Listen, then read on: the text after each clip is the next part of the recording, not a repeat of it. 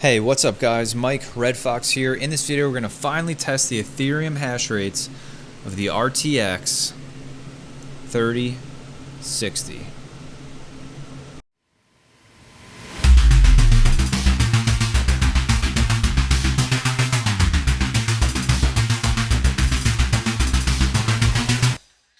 Okay, so let's get this going and we'll talk around what's happened that now allows us to finally mine Ethereum on this card. Not that it really took that long, but so in MSI Afterburner here, I want to test just what this card's made of. So I have my power limit all the way up, my memory clock all the way up, and we're going to start up TRX miner here, start mining on Ethermine, and see what this card can do full throttle. And as that takes its time to build the DAG and give us some results, I want to talk to you guys about what's happened that now allows us to mine on this GPU and some of the requirements that you must meet in order to unlock that full Ethereum hash rate. So what's happened is that NVIDIA, either accidentally or not, according to them it was an accident, released a developer driver for this GPU that allows you to mine Ethereum and essentially unlocks the card to mine Ethereum. It was discovered in the community. A lot of credit to those people who've discovered this, especially the requirements that must be met for you to get the full hash rate out of it. So one, you need that developer driver, which has since been removed from the website. So you have to do some searching around the internet to find it. And then once you have that and install it, you have to do two other things. The GPU itself won't work off a riser for the full Ethereum hash rate, so it does need to be in a full PCIe slot, which is why I have it in my PC down here. And then the second thing that's required in order to get it to work is that it has to be plugged into a display. If you don't do any of those things, you're going to get that half hash rate that this GPU will give you, like that 24, 25 mega hash. But if you have it in a full slot, and you have it hooked up to an external display, or you can use like those dummy display connectors that emulate a display, you will get the full hash rate on this GPU. And I'll share some thoughts around maybe what I think this means towards the end of the video. As always, I think there's more to be seen here. Maybe it was just an accident, maybe it was an oversight, but maybe it means something about the future of PCs and GPU mining. We'll see. All right, so let's see what we got. So we got some results here already, and you can see we're hitting 50.68 mega hash, and the GPU is using its full TDP, which is 175 watts. So yeah, 50.6, much better than like the 25 we were getting before. And right there you can see we got a share submitted. So I think those overclocks are okay. I was able to push the memory pretty hard on some of the other algorithms. Man, I can't say that word. Algorithms that I was testing before we were able to mine Ethereum. So I think we might be okay up there. But as always, put in your overclocks, and then you want to let those run for like 24 hours to make sure the miner's not throwing up any invalid shares or incorrect shares submitted to the pool. And if so, you retest. You always want to take those steps. Okay, so yeah, 50.68 at 175 watts, or 170 watts, looking good. So let's do this. Let's start dialing down this power limit. I'm going to start with 80, and we're going to see if we keep that hash rate and see how much we pull that wattage down. Again, I'm using TRX miner right now. Seems to be the best miner for Ethereum on NVIDIA, especially the 30 series cards. So that's going to be the miner you want to use. And we're going to see what happens here with reducing that power limit, because what you always want to do is seek, in my opinion, this is what I do.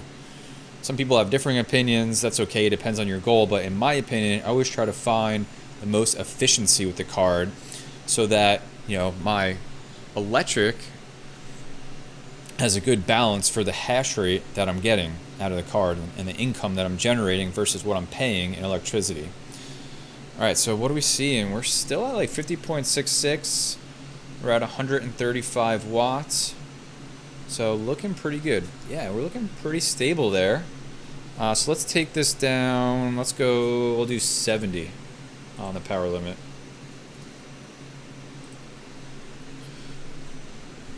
Now, my expectations for this card, I think it'll do well, but I don't think it's going to be beating any 3060 Ti's or 3070s in terms of efficiency. Those cards are just so good.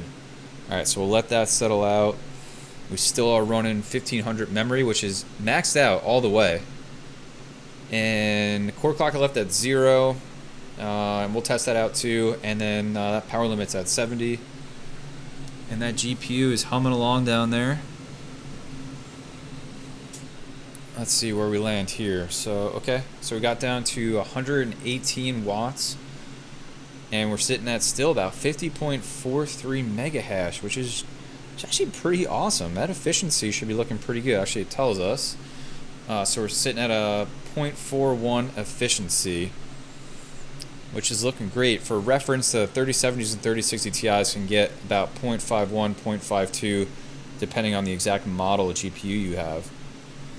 So yeah, looking good so far. Still above 50. I'm gonna let that refresh one more time to see what we get, and then we'll mess with that power limit a little bit more. I'm almost all the way down on the slider.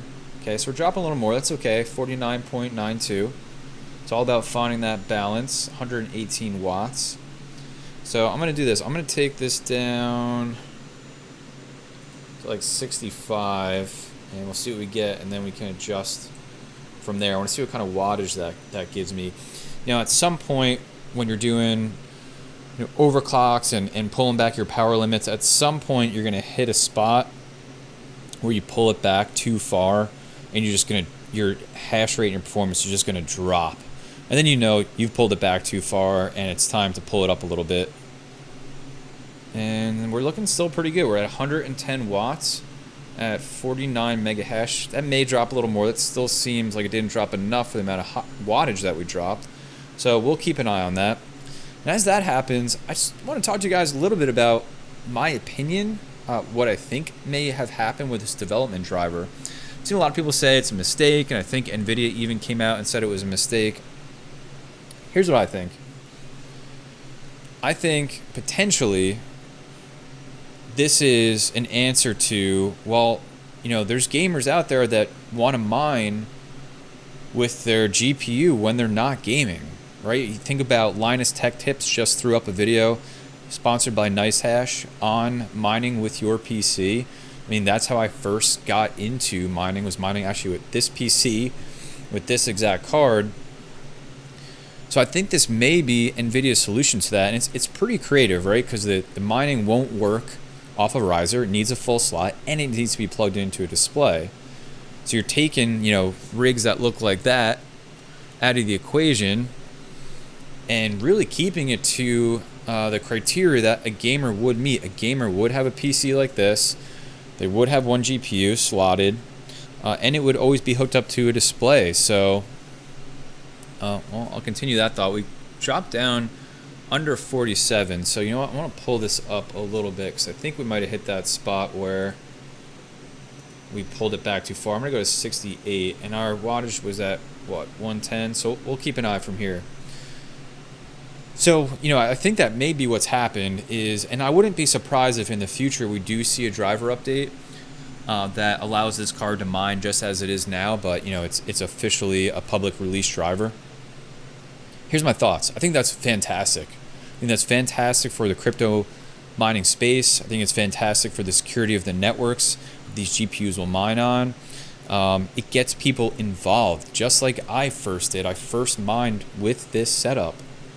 So it gets people involved in mining, and if they just mine with their one GPU in their PC when they're not gaming, that's still hash rate coming towards the network that's dispersed across the globe and further decentralizes. It gets people involved, and those same people will gain knowledge about cryptocurrency, about mining, and those are the people, along with all of us, who are going to continue to bring this crypto mining space and cryptocurrency in general into the public's mind and into the future. So I'm of the opinion that more people involved, the better. I would love for NVIDIA, to take that stance and say, okay, you're a gamer, you got your single card in your PC. When you're not gaming, you can mine. Here's a new driver. rock and roll. So, we'll see what happens, but I would love that. And I really, in my opinion, really hope where that lands. I mean, personally, I wish that there was no nerfing this card at all and we could just mine with it all day. But, if we land there, I think that's better than our current situation. Let me say that. Okay, so anyway, enough of me talking here. Let's see. So our 3060, 49.3 mega hash at 115 watts, which is looking pretty good. I'm sure we can tinker with this a little further. Maybe we could get to like 47, 46 power limit. That core clock might be able to come down a little bit. Let's test that super quick. I usually put them at -502, but sometimes some GPUs just don't like that. Let's give it one more refresh here, and we'll see if that positively or negatively impacted the hash rate.